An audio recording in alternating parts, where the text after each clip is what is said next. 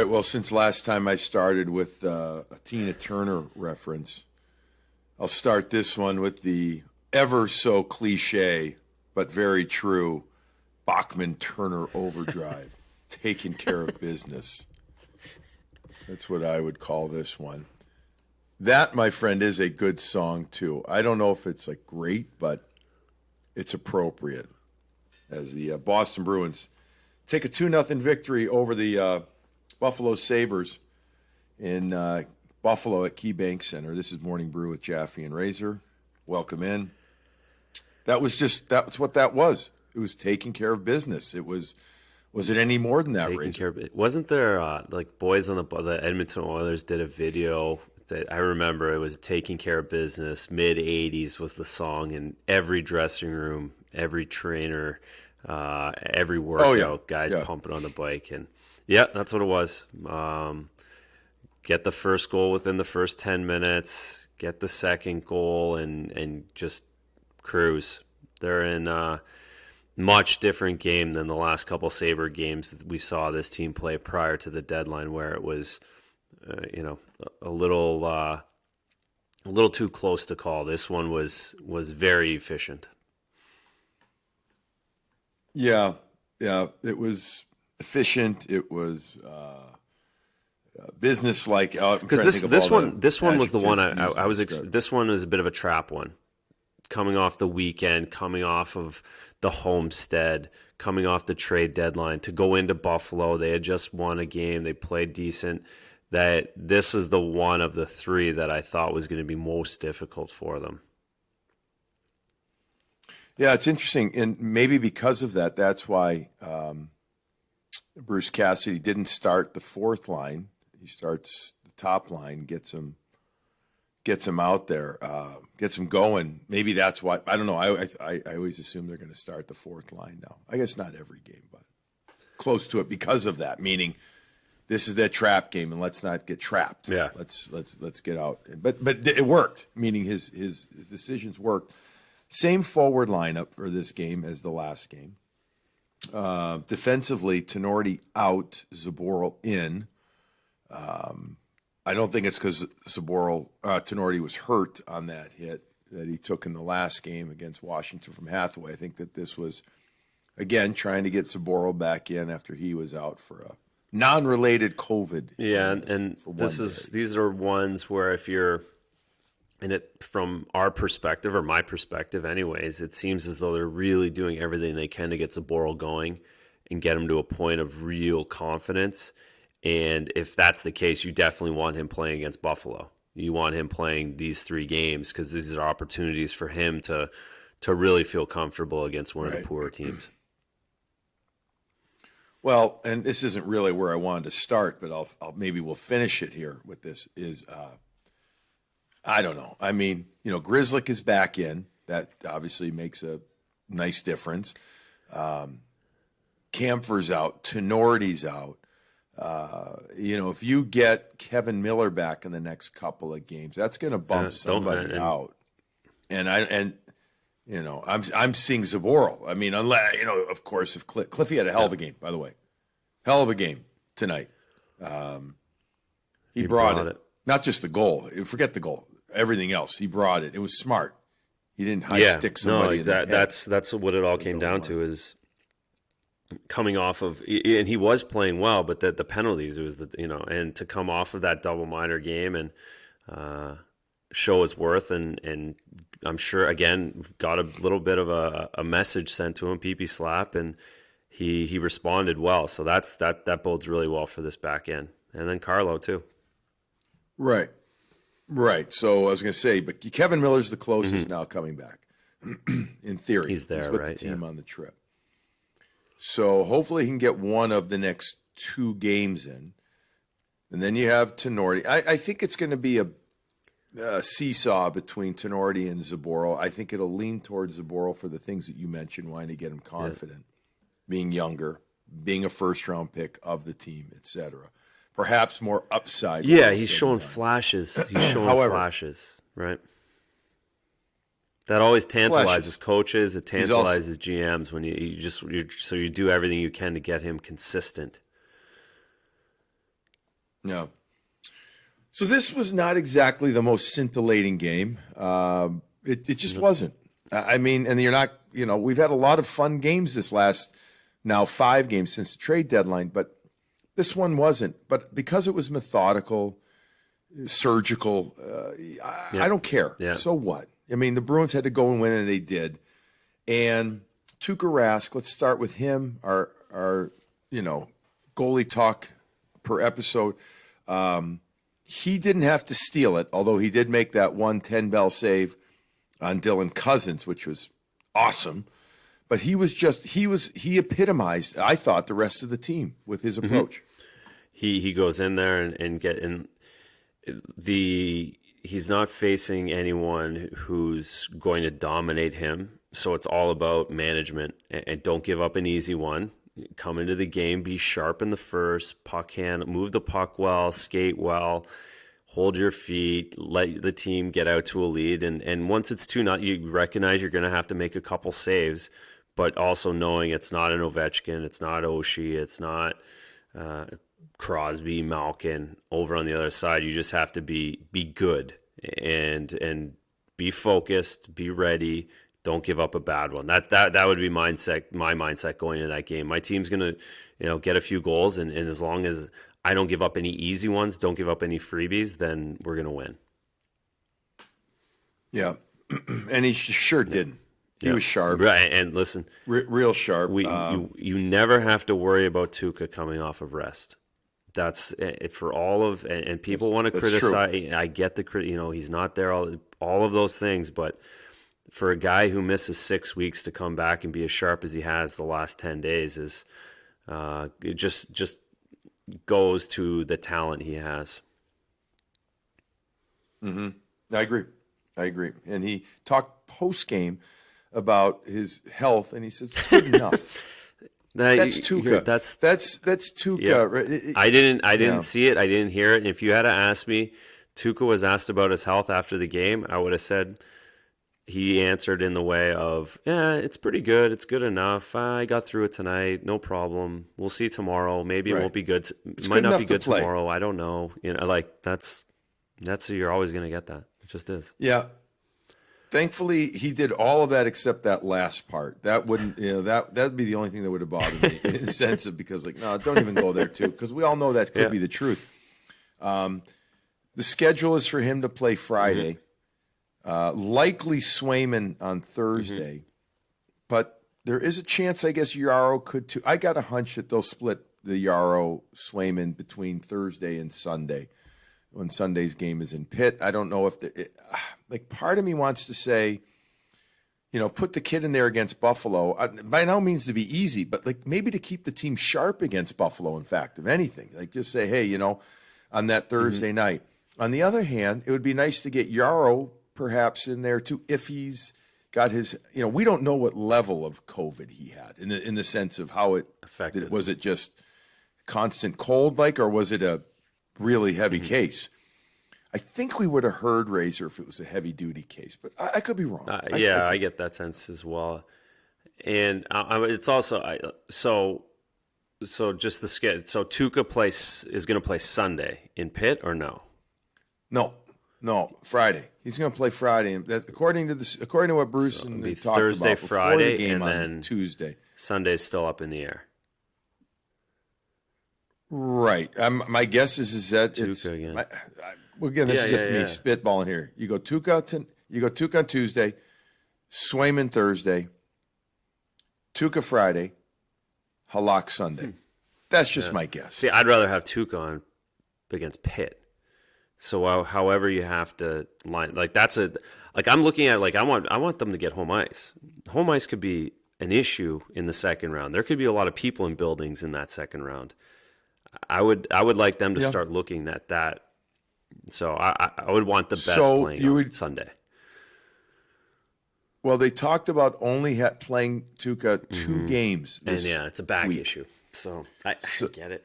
So then you're going Tuesday, they don't Sunday. Want to go Thursday. I don't know. I mean, no, they don't want to go Thursday. Yeah. They'll work. I mean, my thought process was if Yarrow's good enough to play, that he would at the very least back up on Thursday. if Swayman Yeah, got the that's nod. right. That might be telling for the rest of the weekend. Now remember something. Razor. So they go. They have they have Pittsburgh Sunday, but then they have Pittsburgh Tuesday again, and he'll play Tuesday, assuming he's all right. So he's not playing both of those he would anyways, I guess, is the answer, right? Because of his back, he's not playing both of those games. Right. Why? Yeah, got it. Anyways, we're off topic. Sorry. So that's all right. No, that's the beauty of a podcast. Tuukka, I would say, was when I say he was piping hot, I mean he was a fresh cup, man.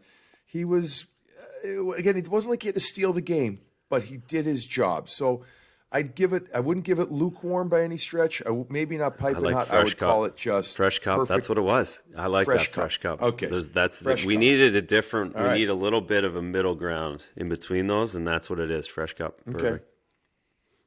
Perfectly fresh cup. Perfect. All right. I thought the fourth line again was excellent. I'd give them piping hot. The way that they were effective. Good for Corrali got in there on the Connor Clifton goal, but also Curtis Lazar. Nice for him to get an assist at home. The kid was 5 for 6 in the face-off circle.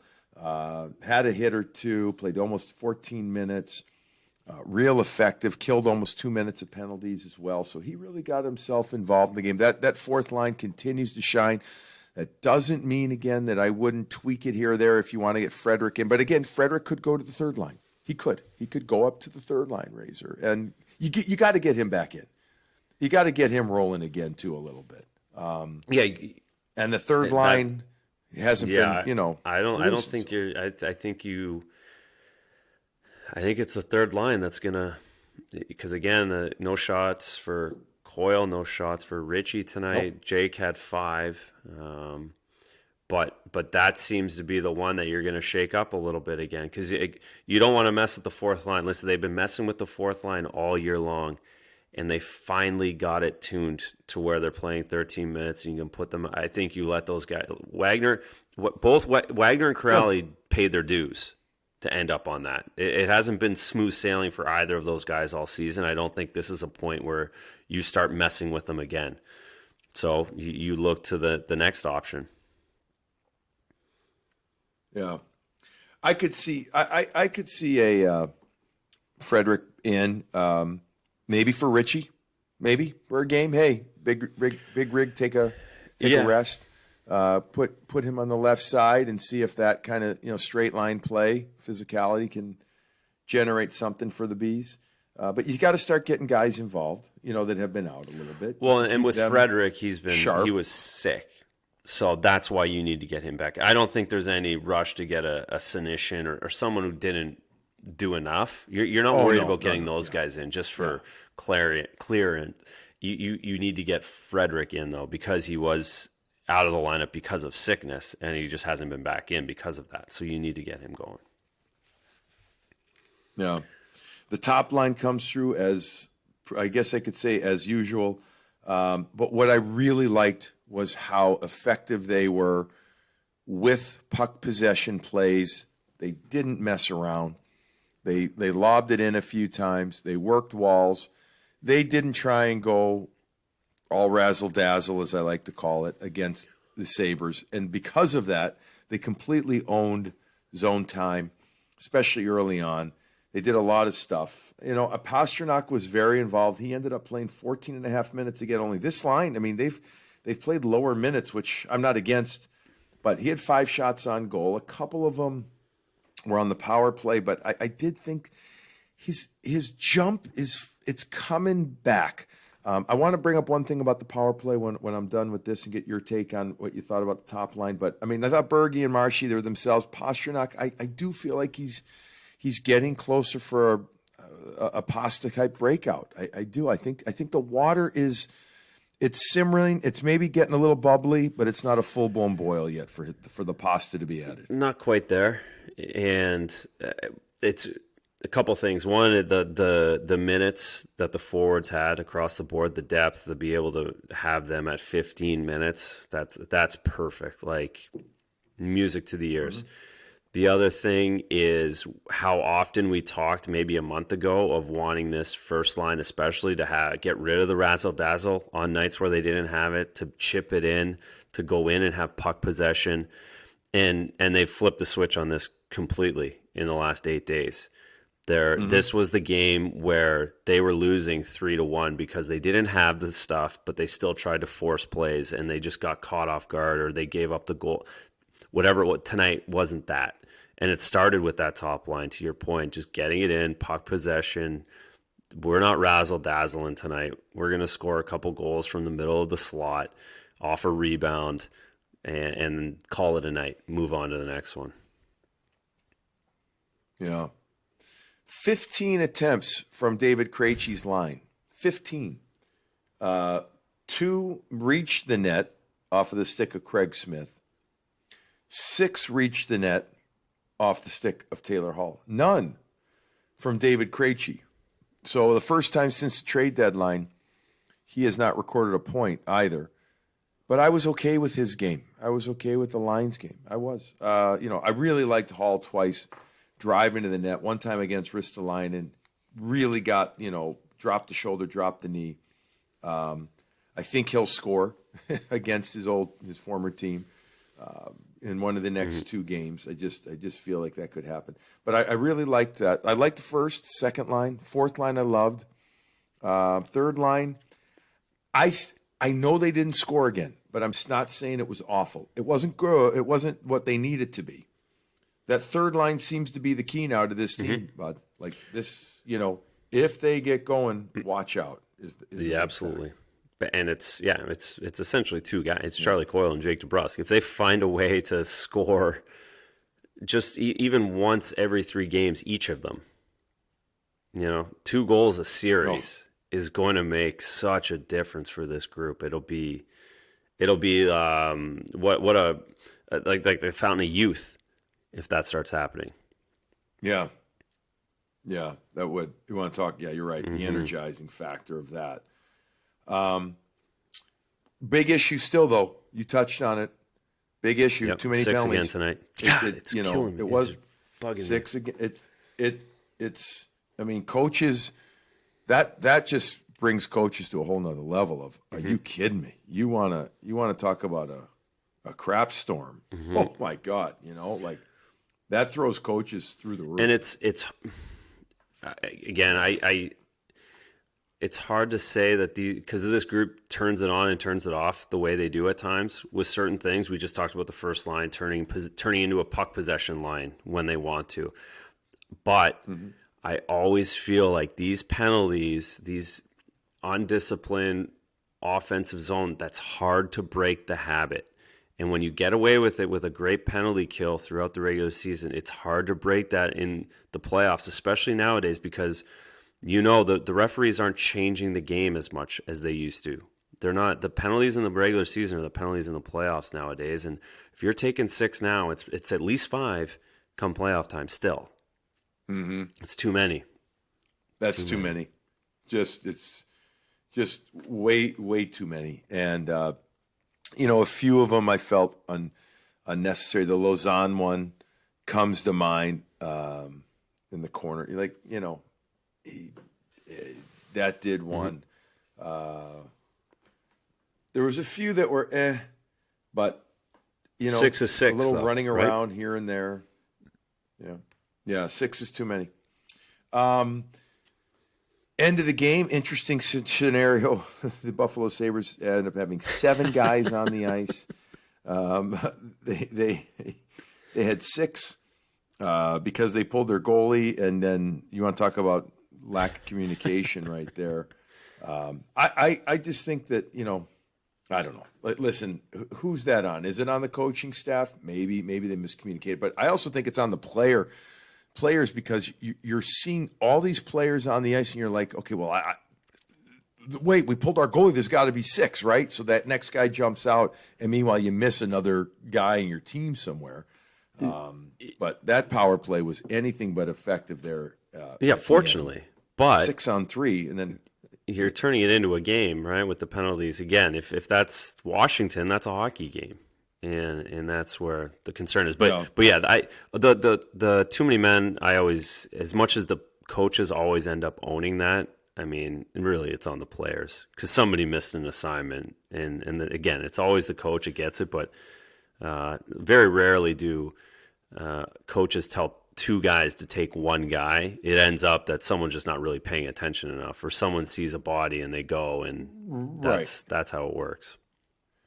And when there's 7, well, but yes, right. When there's 6 already on the ice, all of a sudden, if you're not really sharp, you're just going to start jumping out. So all of a sudden, and the best was when you saw the referee stand up.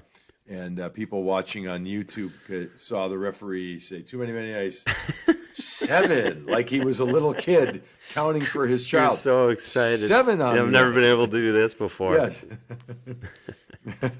Normally the referee, too many men on the ice, is they swirl the hand. Yeah, that's just, that's exactly what I was you see the linesman do that. Yes, right. 7. And when he just said 7 on the ice, I'm like, oh, God. That's Buffalo season just laugh in a nutshell. about that. 7. Isn't that? All right, so just a few stats from the night. 41 total shots on net by the Bruins. They only gave up 32. They had another 25 attempts. They dominated in the faceoff circle. 33 wins, 21 losses. The center position is a huge area of advantageous for the Bruins. If you combine the games played of all the Bruins 4 centers versus the 4 centers for Buffalo, it's something like it's almost 3,100 for the Bruins versus like 1,600 or something like that for Buffalo. And the 2 top guys are Riley Sheahan and Sam Reinhart. And no disrespect to them, nice careers for those guys, but the two you combine those 2 guys' games, it doesn't even equal, I think, Bergeron's. I don't think so. Anyways, the Bruins took advantage of that. Really not a ton to rate. We already said, fresh cup for Tuukka, piping hot for the 4th line. I don't know. I mean, Riley, I don't want to say he was nondescript, but he was fine. He was good. He was good. He hit 21 minutes again. This is a guy who averaged 18, 15 or whatever it was in Ottawa. So, good for him. It's a strong showing. I'd call it a strong brew. You know what I mean? Yeah, A nice, and I'll go to the decor with a nice strong brew, getting pucks to the net, and both goals come off of getting it through the pig pile, and that was a problem in these kind of games where there's no razzle dazzle like you already talked about. They weren't getting pucks to the net. They were getting blocked. They were missing the net. They were getting turned over. These 2 goals they got were based off of a defenseman, Riley, on the first goal, getting in down low, getting puck in front of the net, and then Clifton getting it through 9 bodies. And that's the difference in the NHL nowadays on these games when you're not able to do razzle-dazzle, when your first line, second line, third line aren't feeling it offensively. The D-man's got to get it through. So I'm giving them a little bit of a strong brew on the back end just to be a little bit more offensive the way they have been the last week. Oh, good. Hey, I like it. I mean, that's going to make a huge difference. So Bruins win this game 2-0. Tuukka Rask gets another shutout. What is it, 51 now? Yeah, I was surprised it was his first one this year, but I'm sure he hasn't gone many seasons with just one.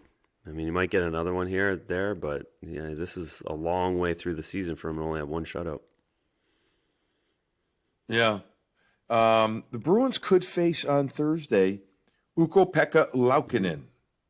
Ready? Bless you. Ukko-Pekka Laukkonen. Bless you. Thank you. That would be his NHL debut in net if he plays. He's been a highly touted rookie, but I don't know if that's just posturing by the Sabres. I mean, he won the World Juniors, right? Or went to he was in the finals of the World Juniors. I don't remember if they won it when it was in Vancouver. He's played juniors in Canada, played for London. Big kid. I'm sure he would love to play against Tuukka Rask. That would be a big deal for him. Oh, for sure. Yeah. By the way, Tuukka has now won 14 of his last 16 starts against the Buffalo Sabres. So he's done pretty well there. I think that wraps it up on this Morning Brew with Jaffe and Razor. We will be back with you after Thursday's game. And things are, this is a bad pun. Things are brewing, though. Things are brewing. I'll leave it with this, Razor. Things are happening for Morning Brew. It might, it's going to take a teeny bit longer, but I think we're going to start percolating a little bit with some things. I'd love to say. I know. I don't know. It's really bad. It's really cheesy and everything. By the way, the timer's set for tomorrow morning's coffee. The timer's set, right? Well, actually, timer is set early. The Coho Pro Shop, your buddy at Coho Pro Shop, solid. That got me the Jofa and a Titan. I don't know if many people remember the Titans out there, but I got a Jofa and a Titan. Yari Curry. I actually wore.